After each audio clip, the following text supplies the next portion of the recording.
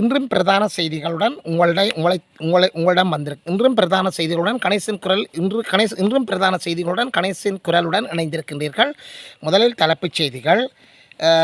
யாழ் மாவட்ட ஒருங்கிணைப்பு குழு கூட்டம் கடுமையான கலோபரம் காரணமாக கூச்சல்கள், கொச்சை வார்த்தைகள், குழப்பங்கள் காரணமாக நடத்த முடியாமல் இடைநிறுத்தப்பட்டிருக்கின்றது.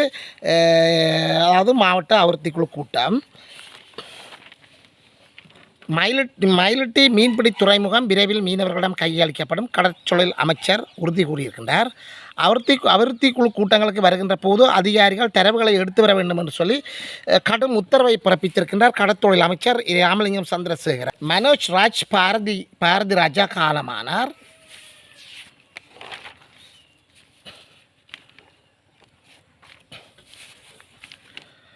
(10,886) டெங்கு நோயாளர்கள் இதுவரை அடையாளம் காணப்பட்டிருக்கின்றார்கள்.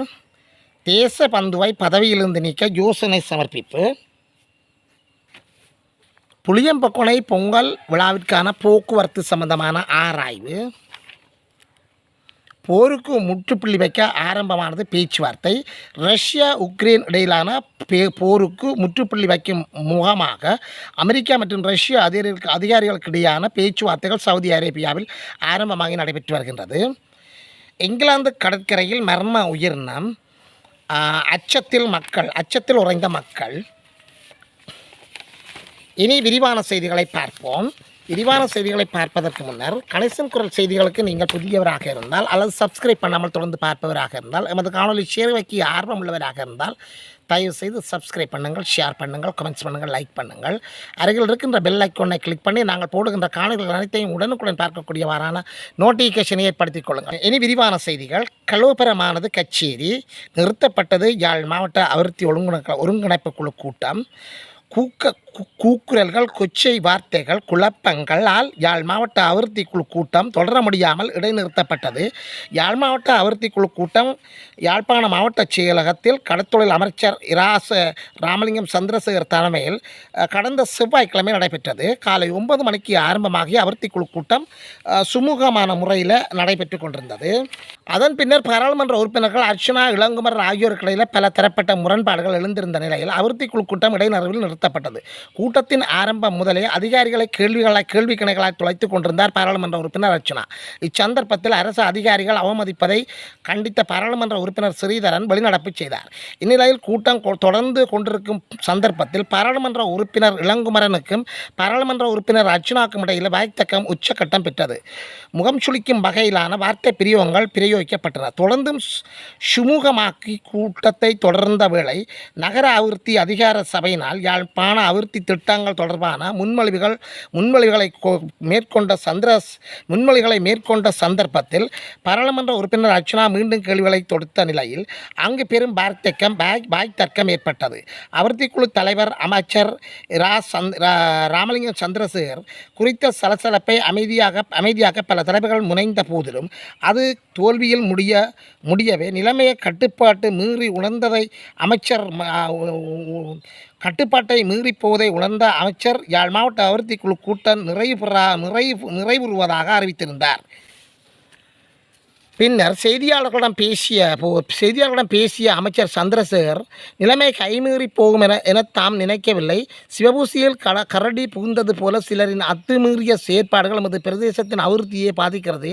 எனவே இனிவரும் காலங்களில் இவ்வாறான செயல்களுக்கு இடமளிக்கப் போவதில்லை என்றும் அரசு அதிகாரிகளுக்கு ஏற்பட்ட அசௌகரியங்களுக்கு மனம் பெறந்ததாகவும் தெரிவித்தார்.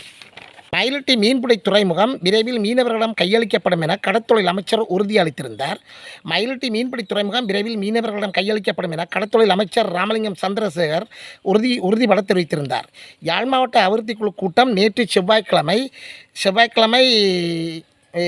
யாழ் மாவட்ட அபிவிருத்தி குழு கூட்டம் கடந்த செவ்வாய்க்கிழமை இடம்பெற்ற போது இக்கலந்துரையாடலில் பங்கு கொண்ட பாராளுமன்ற உறுப்பினர் ராமநாதன் அர்ச்சனா மயிலிட்டி துறைமுகம் படையினரிடமிருந்து மீள மீனவர்களின் கையளிக்க வேண்டும் என்று கோரியிருந்தார். அதற்கு பதிலளித்த கடற்தொழில் அமைச்சர் சட்டவிரோத மீன்பிடியில் ஈடுபட்ட இந்திய மீனவர்களிடம் பறிமுதல் செய்யப்பட்ட படகுகளை மயிலிட்டி துறைமுகத்தில் தரித்து நிற்கின்றது. மிக விரைவில் இவை அனைத்தும் அகற்றப்பட்டு மீனவர்களிடம் பாவனைக்காக மயிலிட்டி மீன்பிடி துறைமுகம் அவர்களிடமே கையளிக்கப்படும் என உறுதியளித்தார். தெரிவித்திருந்தார். அபிவிருத்தி குழு கூட்டத்திற்கு வருகின்ற போது அதிகாரிகள் தரவுகளை எடுத்து வர வேண்டும் என்று சொல்லி கடற்தொழில் அமைச்சர் கடினமான உத்தரவை பிறப்பித்திருந்தார். அபிவிருத்தி குழு கூட்டங்களில் அதிகாரிகள் வருகின்ற போது போதிய தரவுகளை எடுத்து வர வேண்டும், இல்லையால் அது தேவையற்ற பிரச்சனைகளை ஏற்படுத்திவிடும் என கடற்தொழில் அமைச்சர் ராமலிங்கம் சந்திரசேகர் தெரிவித்திருந்தார்.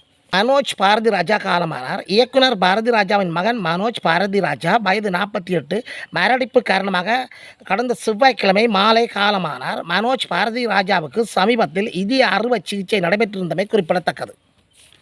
10,886 டெங்கு நோயாளர்கள் இதுவரை அடையாளம் காணப்பட்டிருக்கின்றனர். நாட்டின் பல பகுதிகளிலும் பெய்து வருகின்ற மழை காரணமாக எதிர்வரும் நாட்களில் டெங்கு நோயாளர்களின் எண்ணிக்கை அதிகரிக்கக்கூடும் என சுகாதார அமைச்சு எச்சரித்துள்ளது. இந்த வருடத்தின் இதுவரையான காலப்பகுதியில் நாட்டின் 10,886 டெங்கு நோயாளர்கள் பதிவாகி உள்ளதாக தேசிய டெங்கு நோய் தடுப்பு பிரிவு தெரிவித்துள்ளது. தேசபந்துவை பதவியிலிருந்து நீக்க யோசனை. தேசபந்து தென்னக்கோனை பொலிஸ்மா அதிபர் பதவியிலிருந்து நீக்குவதற்கான யோசனை ஒன்று சபாநாயகரிடம் கையளிக்கப்பட்டுள்ளது. தேசிய மக்கள் சக்தி கட்சியின் பாராளுமன்ற உறுப்பினர் சிலரால் இந்த பிரேரணை கையளிக்கப்பட்டுள்ளது. அந்த பிரேரணையில் தேசிய மக்கள் சக்தியை அங்கத்துவப்படுத்தும் 115 பாராளுமன்ற உறுப்பினர் கையொப்பமிட்டுள்ளதாக பிரதி அமைச்சர் இரங்க குணசேகர தெரிவித்துள்ளார். புளியம்பொக்கனை பொங்கல் ஆலய விழாவிற்கான போக்குவரத்து ஆராய்வு.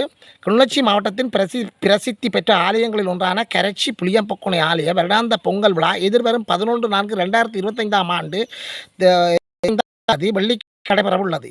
இந்நிலையில் குறித்த ஆலயத்தாந்த உத்திர பொங்கல் திருவிழாவினை முன்னிட்டு ஆலயத்தில் எதிரும் பக்தர்களுக்கான போக்குவரத்து தொடர்பான கலந்துரையாடல் நேற்று காலை 10 மணிக்கு கிளிநொச்சி மாவட்ட செயலகத்தில் மாவட்ட பதில் அரசாங்க அதிபர் எஸ். முரளிதரனின் தலைமையில் நடைபெற்றது.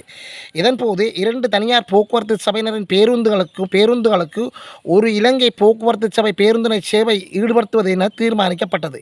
கிளிநொச்சி பேருந்து நிலையத்திலிருந்து புறப்படும் பேருந்து மட்டும் பரந்தன் சந்தியில் 5 நிமிடங்கள் தரித்து நின்று பயணிகளை ஏற்றி இறக்க முடியும். ஏனையவர்கள் தரித்து நிற்க முடியாது எனவும் பரந்தன் மற்றும் ஆலய வளாகத்தில் குறித்த பேருந்து சேவைகளை கண்காணிப்பதற்கு 2 விசேட போலீஸ் காரணங்களை நிறுவனமும் தீர்மானிக்கப்பட்டது.